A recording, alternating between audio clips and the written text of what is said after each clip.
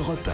Le grand direct des médias, Jean-Marc Morandini. C'est l'un des visages emblématiques de France 3 depuis son arrivée il y a 6 ans. Cyril Ferraud cartonne tous les jours avec son jeu d'orthographe Slam. Il présente également le dimanche un autre jeu. Personne n'y avait pensé. On a pu voir l'animateur aux commandes de nombreux programmes de France 3 également tout l'été. Alors que lui réserve cette saison? Cyril Ferraud est en direct avec nous ce matin sur Europe 1. Bonjour Cyril. Bonjour Jean-Marc, salut Julie. J'ai l'impression d'être de retour à la maison. Je suis trop content de vous C'est un peu voir. ça. Vous avez longtemps travaillé ici Pendant 5 ans dans cette émission. Et Julie me tapait sur les doigts quand je faisais des fautes d'orthographe ou quand j'avais des problèmes de liaison. Et aujourd'hui, vous êtes sur France 3 et vous êtes devenu l'animateur emblématique des maisons de retraite. Des maisons de retraite et des mamans et des enfants. Et alors, moi, j'ai aucun problème avec le public des papis-mamies. Je vais vous expliquer pourquoi. Je pense que ceux qui considèrent les seniors comme un sous-public n'ont rien compris. Ça l'est sûrement pas, en tout cas. Non, mais n'ont rien compris parce que, quelle que soit l'heure à laquelle vous allumez la télé, c'est le public qui est présent en masse devant la télé et le plus nombreux. Donc, ceux qui n'ont pas compris ça n'ont pas compris la télé, je pense. Et si on réussit à faire des cartons d'audience avec Slam, c'est parce que on a réussi à amuser tous les jours les papis-mamies, mais aussi à faire venir des mamans qu'on a piquées pour certaines à TF1, pour d'autres à M6, et faire venir aussi des enfants. Et ça, c'est ma fierté. Mais c'était pas un reproche de dire que vous êtes l'animateur non, mais je le prends pas comme ça. L'animateur vedette des maisons de retraite, mais en même temps, par rapport à votre âge, vous qui êtes jeune, qui aimez faire la fête, vous dites pas qu'il y a un décalage entre ce que vous êtes dans la vie et finalement cet animateur, voilà, qui plaît aux papis et aux mamies. Il y a la réponse dans votre question. Il y a aucun décalage avec ce que je suis dans la vie, puisque si vous regardez Slam, ce sont mes vannes. Vous en passez plein dans le zapping ici. C'est mon sourire, c'est ma façon de parler aux gens. Mon plaisir quotidien dans Slam, c'est d'avoir face à moi une boulangère, un prof de sport, une laborantine tous les jours, d'avoir des gens qui viennent à la télé pour passer un bon moment, pour s'amuser, pas forcément pour gagner 150 000 euros. Voilà, c'est ce qui fait mon plaisir et c'est ce qui fait que je ne me lasse pas au bout de 6 ans d'émission. Cyril Ferraud, pour vous définir, est-ce qu'on peut dire que vous êtes le nouveau Julien Lepers?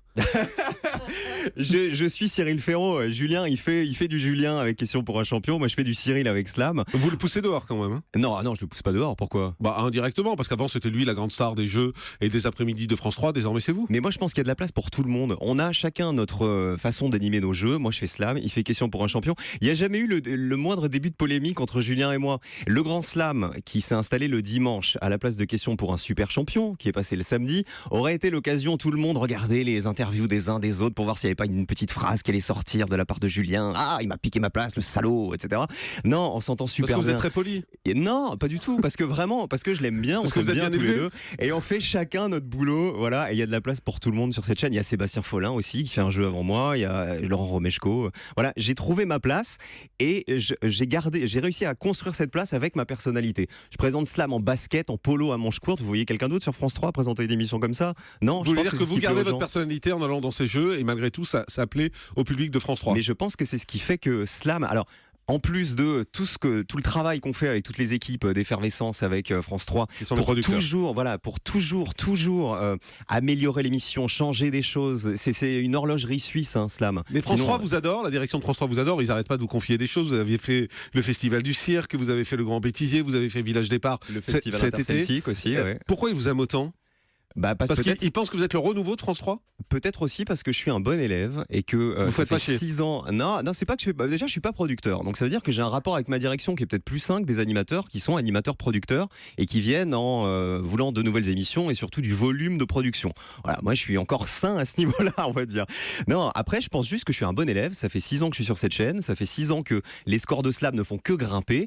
Et je pense que quand Dana Astier, ma patronne à France 3, arrive et voit les scores de Slam, je pense que c'est ce qui lui a peut-être donné envie de me confier plus de place sur l'antenne. Et j'en suis super content. Le succès de Slam, c'est vous ou c'est le succès du jeu? Franchement, j'espère que c'est les deux. C'est-à-dire que la mécanique, c'est une certitude. Quand on tombe sur Slam, on a envie de jouer.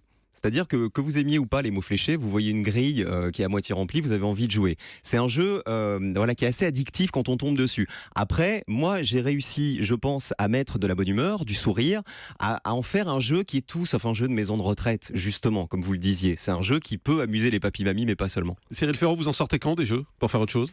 J'en suis déjà sorti. Pour faire une vraie émission à vous, que vous portez. Attendez, alors cet été, j'ai fait Village Départ, quotidienne en direct. Vous étiez chroniqueur. J'étais chroniqueur, mais c'était un kiff intersidéral. Mais Laurent un programme à vous? J'ai fait le festival interceltique de Lorient en prime. C'est pas un programme à vous?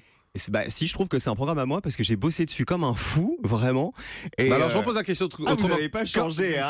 Il n'y a pas de raison. Quand est-ce que vous animez une émission que vous portez, que vous créez, que vous imaginez? Mais Slam, je la porte depuis 6 ans. Oui, mais c'est pas un concept à vous. Jean-Marc, c'est pas un concept à moi. Alors, pour vous répondre autrement, c'est vrai que la prod commence un peu à me titiller. Voilà. C'est-à-dire que faire des jeux m'amuse. Voilà, je pense que j'ai maintenant une certaine expertise dans ce domaine-là. Et Donc, pour réfléchir à des jeux, j'en sais rien, bientôt peut-être. En tout cas, commencer à réfléchir à des jeux et en créer, moi, en tant que producteur ou travailler sur ce genre de choses, ouais, ça commence à me titiller. Ah, et vous ça avez me envie de plairait. produire des jeux en fait? J'aimerais bien en tout cas en créer et produire. Après, c'est un métier. Il faut savoir déjà si j'en suis capable, deux, si ça m'amuse. Mais je commence à y réfléchir. Ouais. Mais j'ai plein d'autres envies, j'ai plein d'autres rêves. J'adorerais faire un jeu d'aventure sur la 3 par exemple. Vous leur avez proposé? Je leur ai pas proposé, on en discute. Le problème, c'est que on a eu à une époque la carte au trésor, qui était, je trouve, un jeu qui effectivement était un jeu d'aventure, mais qui était vraiment dans l'ADN de France 3. Il se trouve que ça coûte cher à produire aujourd'hui, et je suis pas sûr qu'on ait encore assez de budget pour produire un gros jeu comme celui-ci. Vous êtes heureux sur France 3? Mais je suis super heureux. Ça paye bien? Faire de la télé, c'était mon rêve de gamin. Ça paye bien? Ça paye bien, ouais, franchement ça paye bien. Ça paye 2 fois moins que sur France 2, 3 fois moins que sur TF1, mais ça paye très bien quand je vois le salaire de mes parents par exemple qui sont fonctionnaires tous les deux. Et vous allez quand sur France 2 là? J'irai déjà quand j'aurai envie d'y aller. Et vous n'avez pas envie pour l'instant? Je suis super heureux sur la 3. Allez, on fait une Super pause, heureux. on se retrouve dans un instant, restez avec nous, c'est un repas. Jean-Marc Morandini sur Europe 1. Le grand direct, 9h midi.